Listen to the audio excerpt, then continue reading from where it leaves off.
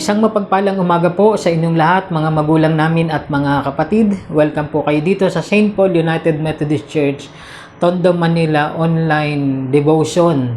Ang mga talata po na ating pagbubulay-bulayan ay matatagpuan sa Awit, Kabanatang 72, mga talatang 4 hanggang 7. Awit, Kabanatang 72, mga talatang 4 hanggang 7. Maging tapat itong hari sa paghatol sa mahirap, mga nangangailangan, pag-ukulan ng paglingap, at ang nang-aapi ay lupigin at ibagsak. Verse 5, nawa sila ay maglingkod, silang lahat mong hinirang, hanggat araw sumisikat, hanggat buway sumisilang. Verse 6, ang hari sana'y matulad sa ulan ng kaparangan, bumubuhos, dumidilig sa lahat ng nabubuhay. Verse 7, at ang buhay na matuwid sa kanyang kapanahunan, maghari sa bansa niya't umunlad kailan paman.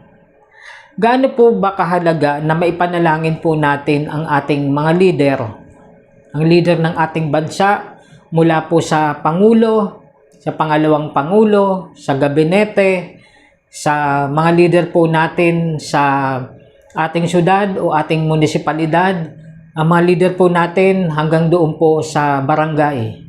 Mula sa presidente hanggang sa mga leader natin sa laylayan ng ating lipunan o sa mga nasa barangay. Gaano po ba kahalaga na maipanalangin po natin? O naglalaan po ba tayo sa personal o sa loob man ng simbahan na ipinapanalangin po ang mga leader ng ating bansa? Ito pong salmista na naitala doon sa awit 72, ang panalangin niya ay maging makatarungan sa paghatol ang kanilang hari o ang kanyang hari. Sa konteksto po ng Biblia, ang uri ng pamamahala ay tungkol sa kaharian o paghahari. At pinapanalangin niya na nawa ang hari, kung sino man po iyon na nakatalaga na leader nila bilang hari, ay maging makatarungan sa paghatol. At may mga binanggit po siya tungkol sa katangian ng pagiging hari, na nawa iyon ang kanyang maisagawa para sa kanyang mga mamamayan. Sabi rito, maging tapat sa paghatol sa mahirap, mga nangangailangan, sa nangaapi ay lupigin at ibagsak. Maging makatao, may puso para sa mga mahihirap, sa mga nangangailangan, at yung mga nangaapi o mga nananamantala sa kapwa ay malupig at ibagsak sila sa pamamagitan ng pamamahala ng hari. At sabi pa po dito, ang hari sana'y matulad sa ulan ng kaparangan, bumubuhos, dumidilig sa lahat ng nabubuhay. Ganun ang kanyang panalangin, na nawa ang hari ay maging makatarungan, maging makatwiran, at ang buhay niya ay magiging pagpapala sa pamamagitan ng kanyang pamamahala at pangunguna sa kanyang mga nasasakupan. At ang panalangin din niya po bukod sa hari ay doon sa mga may matuwid na pamumuhay, nakasama ng hari doon sa kanilang kapanahunan, na maghari sa bansa niya at umunlad kailanman. Kaya mga magulang at mga kapatid, napakahalaga po na ipanalangin natin ang ating mga leader, kahit minsan dahil nga po nahahati po tayo sa gusto, sa ayaw po natin, dahil nga po tayo ay democratic style of government, may nasa tao ang kapangyarihan sa pagpili ng magiging leader. Pero ang Diyos lang ang git na nakakaalam, nakakakita ng tunay na laman na puso ng isang tao. Sa sitwasyon, sa kalagayan po natin ngayon bilang isang bansa, kailangan po nating marubdob na ipanalangin ang ating mga leader, mga magulang at mga kapatid. Patuloy nawa ang Diyos humipo sa puso ng mga tao, lalong-lalo na yung mga nangunguna sa atin, na magkaroon ng puso para sa Diyos, pagtakot sa Diyos, at gayon din ang pagmamahal para sa kanilang kapwa.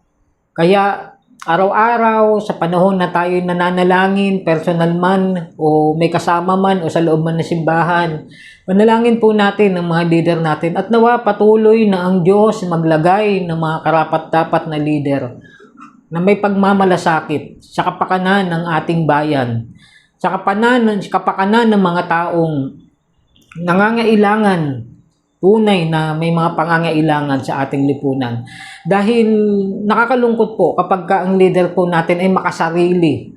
Pag ang leader po natin, ang hinahangad lang ay ang kanyang kagustuhan. Napakalungkot, apektado ang lahat, lalong-lalo na yung mga mahihirap sa ating bansa.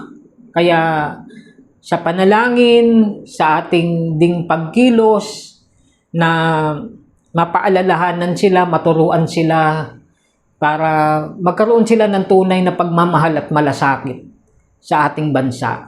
Panalangin po natin sila palagi sa ating Diyos na buhay. Sa pangalan ng Ama, ng Anak, ng Banal na Espiritu. Amen. Tayo po ay manalangin. Aming Ama at aming Diyos, salamat po sa aming bayan, sa bansang Pilipinas, Panginoon. Maraming pinagdaanan sa kasaysayan, maraming mga nanguna na mahala, Panginoon, kung ano kami ngayon, dahil may mga pinag-ugatan, dahil may mga nauna na ganoon ang kanilang gawain sa pamamahala. At nagpapatuloy, O Diyos, ang kasakiman, ang korupsyon sa aming gobyerno, Panginoon. Dakilang Diyos, nasa amin ang pananagutan dahil sa aming pagpili sa mga leader na ito, Panginoon. Kahabagan niyo po ang aming bayan, ang bansang Pilipinas. Kahabagan niyo po ang buhay ng mga Pilipino, Panginoon. Patuloy na tinataas po namin ang aming mga leader magmula sa Pangulo ng bansang ito hanggang sa barangay, mga barangay, Panginoon. Kahabagan niyo po ang aming bayan, O Diyos. Patuloy po kayong magpanatili ng leader na may takot sa inyo, na may pagkakilala sa inyo, may pagmamahal, pagmamalasakit para sa kanilang mga kababayan sa kabuuan ng aming bansang Pilipinas, Panginoon. Dakilang Diyos, dalangin din po namin sila na mga tiwali, sila na mayroong mga masasamang intensyon o layunin sa kanilang pamamahala. Ilantad niyo po sila at ang kanilang mga gawa. Wala po kaming maililihim at maitatago sa inyong harapan, Panginoon. Kahabagan niyo po ang aming mga leader, kahabagan niyo po ang aming bansa, Panginoon. Katulad ng panalangin ng salmistang ito, O Diyos, panalangin din po namin na maglagay ka, patuloy ka, Panginoon, na mamahala, manguna, Panginoon, sa puso ng mga leader sa bansang ito, sa aming bansang Pilipinas. Salamat po sa araw na ito. Dalangin po namin minsan, Panginoon, pagsama, pag-agapay, pagtaguyod sa amin, Panginoon. Katagpuin mo ang pangangailangan nila. Sila na naaabot ng tinig na mensahe na ito. Maghari nawa ang pag-ibig, ang biyaya at ang kabutihan mo, Panginoon, sa kanilang puso. Dalangin po namin ang latang ito, Ama, sa tanging pangalan ng inyong anak na si Jesus, na aming Panginoon tagapagligtas. Amen at amen.